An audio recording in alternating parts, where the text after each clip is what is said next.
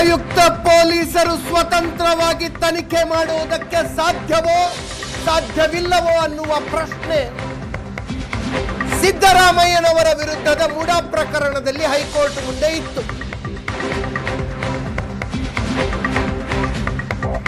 ಲೋಕಾಯುಕ್ತ ಸ್ವತಂತ್ರ ಸಂಸ್ಥೆ ಅಲ್ಲ ಅಂತ ನಂಬುವುದಕ್ಕೆ ಕಾರಣಗಳಿಲ್ಲ ಅಂತ ಹೈಕೋರ್ಟ್ ಹೇಳಿತು.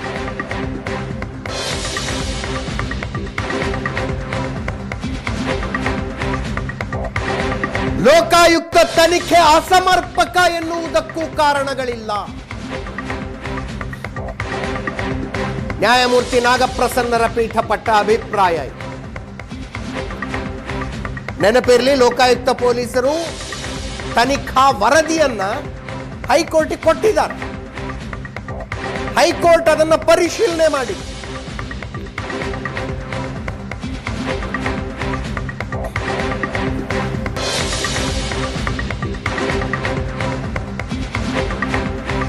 ನಮ್ಮ ಕೋರ್ಟ್ ಬೀಟ್ ರಿಪೋರ್ಟರ್ ರಮೇಶ್ ಮತ್ತೊಮ್ಮೆ ನಮ್ಮ ಜೊತೆಗೆ ನೇರ ಸಂಪರ್ಕದಲ್ಲಿದ್ದಾರೆ. ರಮೇಶ್, ರಾಜ್ಯಪಾಲರು ತನಿಖೆಗೆ ಅನುಮತಿ ಕೊಟ್ಟ ನಂತರ ಇಲ್ಲಿ ತನಕದ ಅವಧಿ ಏನಿದೆ, ಬಹುಶಃ ಮೊಟ್ಟ ಮೊದಲ ಪರಿಪೂರ್ಣ ಗೆಲುವು ಸಿದ್ದರಾಮಯ್ಯನವರಿಗಿದು.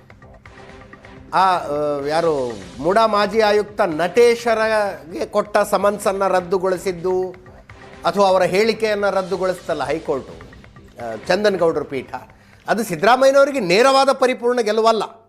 ಆದರೆ ಇದೆಯಲ್ಲ ಇವತ್ತಿನ ತೀರ್ಪು, ಇದು ಒಂದು ಕ್ಲಿಯರ್ ಅಪ್ಪರ್ ಹ್ಯಾಂಡ್ ಕೊಡ್ತಲ್ವಾ?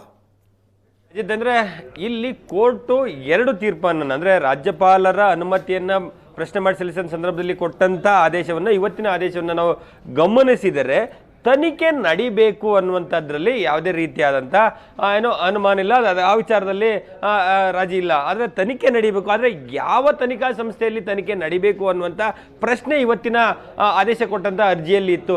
ದೂರುದಾರ ಅಂತ ಸ್ನೇಹಮಯಿ ಕೃಷ್ಣ ಅವರು ಹೇಳುವಂಥದ್ದೇನೆಂದರೆ, ಲೋಕಾಯುಕ್ತ ಸಂಸ್ಥೆ ಏನಿದೆ ಅದು ರಾಜ್ಯ ಸರ್ಕಾರದ ಏನೋ ಗೃಹ ಇಲಾಖೆ ಅಧೀನದಲ್ಲಿ ಬರುವಂಥ ಅಧಿಕಾರಿಗಳು ತನಿಖೆ ಮಾಡ್ತಾ ಇರೋದ್ರಿಂದ ಅಲ್ಲಿ ಒಂದು ಸ್ವತಂತ್ರ ತನಿಖೆಯಾಗಿ ನಡೀಲಿಕ್ಕೆ ಸಾಧ್ಯ ಇಲ್ಲ, ಅವರು ಇಂಡಿಪೆಂಡೆಂಟ್ ಇಲ್ಲ ಅನ್ನುವಂಥದ್ದು.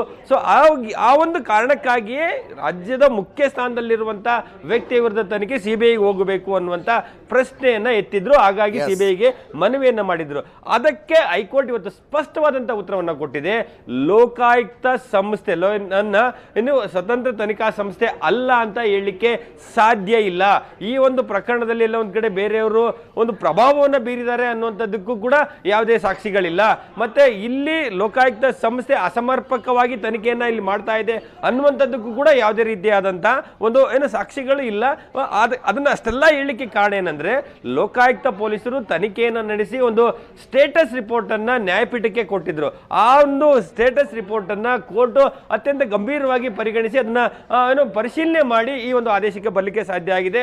ಇಡೀ ಪ್ರಶ್ನೆ ಇವತ್ತಿನ ಆದೇಶವನ್ನು ನೋಡ್ತಾ ಹೋದ್ರೆ ಲೋಕಾಯುಕ್ತ ಸಂಸ್ಥೆಯನ್ನ ಸುಖ ಸುಮ್ಮನೆ ಅನುಮಾನಿಸುವಂತದ್ದಾಗ್ಲಿ ಅಥವಾ ಅಲ್ಲಿ ಯಾರೋ ಪ್ರಭಾವ ಬೀರ್ತಾರೆ, ಇನ್ಯಾರಿಗೋ ಪರವಾಗಿ ಕೆಲಸ ಮಾಡ್ತಾರೆ ಅನ್ನುವಂಥದ್ದೇನಿದೆ, ಆ ರೀತಿ ಹೇಳಲಿಕ್ಕೆ ಸಾಧ್ಯ ಇಲ್ಲ. ಲೋಕಾಯುಕ್ತ ಸಂಸ್ಥೆ ಕೂಡ ಒಂದು ಇಂಡಿಪೆಂಡೆಂಟ್ ಇನ್ವೆಸ್ಟಿಗೇಷನ್ ಏಜೆನ್ಸಿ ಅನ್ನುವಂಥದ್ದನ್ನ ಸ್ಪಷ್ಟವಾಗಿ ಹೇಳಿದೆ.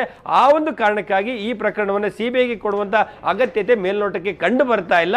ಹಾಗಾಗಿ ಈ ಅರ್ಜಿಯನ್ನ ವಜಾಗೊಳಿಸ್ತಾ ಇದ್ದೇವೆ ಅನ್ನುವಂಥದ್ದನ್ನ ಏನೋ ನ್ಯಾಯಮೂರ್ತಿ ಎಂ ನಾಗಪ್ರಸನ್ನ ಅವರು ಹೇಳಿರುವಂತದ್ದು. ಸೊ ಅದನ್ನ ನೋಡ್ತಾ ಹೋದ್ರೆ ಇಲ್ಲಿ ಒಂದು ಅದನ್ನ ಈ ಒಂದು ಆದೇಶವನ್ನು ಹೊರತುಪಡಿಸಿ ನಾವು ಮಾತಾಡೋದಾದ್ರೆ, ಅಂದ್ರೆ ಲೋಕಾಯುಕ್ತ ತನಿಖೆಯಲ್ಲಿ ಸಂಸ್ಥೆಯಲ್ಲಿ ತನಿಖೆ ಮಾಡಿದ್ರೆ ಸಿಎಂ ಅವರಿಗೆ ಎಲ್ಲ ಒಂದ್ ಕಡೆ ಒಂದು ಹಂತದಲ್ಲಿ ನಿರಾಳವಾಗಿರ್ತಾರೆ, ಸಿಬಿಐಗೆ ಹೋದ್ರೆ ಆ ಒಂದು ಸಂಕಷ್ಟ ಎದುರಾಗುತ್ತೆ ಅನ್ನುವಂತ ಒಂದಷ್ಟು ಔಟ್ ಆಫ್ ದಿ ಬಾಕ್ಸ್ ಚರ್ಚೆಗಳು ಏನೇ ಇದ್ರೂ ಕೂಡ ಇಲ್ಲಿ ಕೋರ್ಟ್ ಇರುವಂತದ್ದೇನೆಂದ್ರೆ ಒಂದು ತನಿಖಾ ಸಂಸ್ಥೆ ತನಿಖೆ ಮಾಡಬೇಕು, ಅದು ಇಂಡಿಪೆಂಡೆನ್ಸ್ ಏಜೆನ್ಸಿ ಆಗಬೇಕು ಅನ್ನುವಂಥದ್ದು ಏನೋ ಒಂದು ವಿಚಾರ ಇದೆ. ಆ ಒಂದು ವಿಚಾರದಲ್ಲಿ ಲೋಕಾಯುಕ್ತ ಸಂಸ್ಥೆ ತನಿಖೆ ಇಂಡಿಪೆಂಡೆಂಟ್ ಆಗಿ ಮಾಡ್ತಾ ಇದೆ, ಇಂಡಿಪೆಂಡೆಂಟ್ ಆಗಿಲ್ಲ, ಪ್ರಭಾವಕ್ಕೊಳಗಾಗಿದೆ ಅನ್ನೋದಕ್ಕೆ ಯಾವ ಸಾಕ್ಷಿಗಳಿಲ್ಲ ಅನ್ನುವಂಥದ್ದು. ಹಾಗಾಗಿ ಸಿದ್ದರಾಮಯ್ಯನವರು ತನಿಖೆಯನ್ನ ಎದುರಿಸಲೇಬೇಕಾಗಿರುವಂತದ್ದು, ಎದುರಿಸಲೇಬೇಕು. ಈಗಾಗಲೇ ತನಿಖೆ ಬಹುತೇಕ ಮುಕ್ತಾಯ ಆಗಿದೆ. ಅಂದ್ರೆ ಇವತ್ತಿನ ಜಜ್ಮೆಂಟ್ ನಲ್ಲಿ ಎರಡೂ ಪ್ರಕರಣಗಳಲ್ಲಿ ಇಬ್ಬರಿಗೂ ಅದು ಕಂಪ್ಲೀಟ್ ರಿಲೀಫ್ ಅಂತಲ್ಲ. ಅದು ಯಡಿಯೂರಪ್ಪನವ್ರು ನಿರೀಕ್ಷೆ ಮಾಡಿದ್ ನನ್ನ ಮೇಲೆ FIR ರದ್ದು ಮಾಡಿಬಿಡಿ ಅಂತ. FIR ರದ್ದು ಮಾಡಂಗಿಲ್ಲ, ಹಂಗಂತ ನೀವು ಬಂಧನನೂ ಆಗಂಗಿಲ್ಲ, ತನಿಖೆ ಮುಂದುವರಿಲಿ ಅಂದಿದ್ದಾರೆ.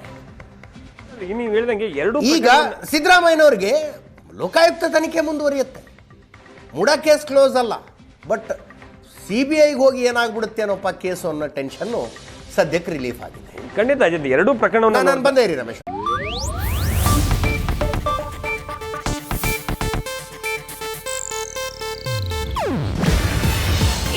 ಏಷ್ಯಾನೆಟ್ ನ್ಯೂಸ್ ನೆಟ್ವರ್ಕ್ ಪ್ರಸ್ತುತಿ.